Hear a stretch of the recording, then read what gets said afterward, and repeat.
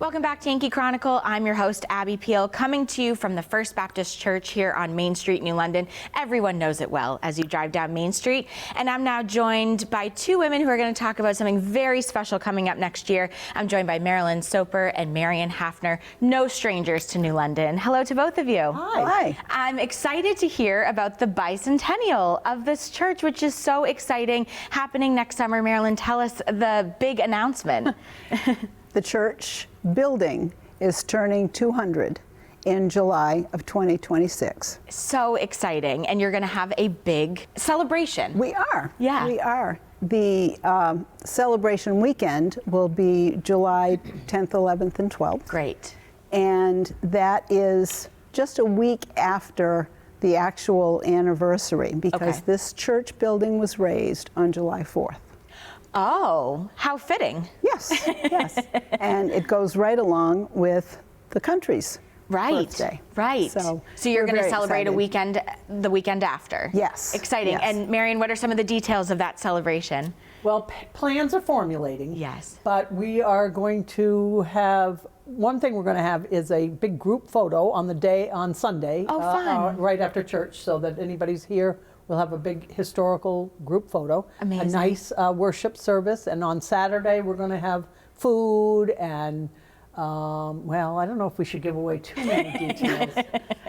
That's true. guessing. Keep them That's right, guessing. that's right. It's still early. But the point is that the town should come out and celebrate, the town and area towns should come out and celebrate this big deal that this building is 200 years old. Absolutely. Yeah. Yes. And Marilyn, there's a little bit of, not controversy, but history where it gets a little blurred of this building was somewhere else and it was moved, correct? No. This building was constructed new here. Okay. The original meeting house was down on Old Main Street in what is now the Old Main Street Cemetery. Okay. That building was purchased by Anthony Colby, who had helped in building this building. Wow. And that meeting house was moved to the green and became a building to house male students. Wow. At the institute that was in town at that time. Wow. That building eventually was taken down from the green and became a lodge for the camp that was down on Little Lake Sunapee. Fascinating. And when that lodge was taken down, the timbers from that original meeting house from 1788 became the timbers in Lethbridge Lodge at Colby Sawyer College. Oh. So there are pieces of the original meeting house that still exist, but the original meeting house was not moved here. Got it. Okay. Okay. And so you're celebrating 200 years of this building. Yes. Exciting. Yes. And there's also a fun fact about the bell here. The bell is a Revere bell. It was cast by the Revere Bell Company in Massachusetts. It is the second Revere bell. They bought one that was installed in 1827 in the tower, but they didn't like the tone of the bell. So they raised more money and took the old bell back down to Boston and came back with a new bell that's about 400 pounds heavier than the original bell, and that's the one that we still have in the tower today. And it's the only Revere bell in the Kearsarge Valley. Wow. And that must have taken quite a few days to get from.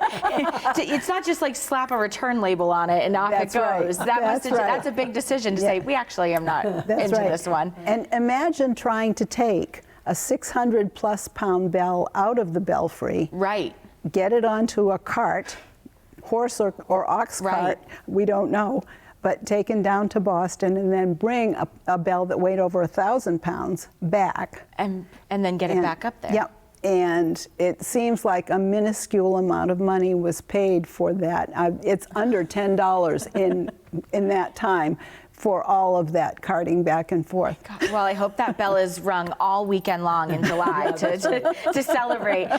For people that you're early in the planning stages, I know there's a committee, a Bicentennial committee, but I'm sure things are going to be released coming up. But where can people find more information about all the wonderful festivities?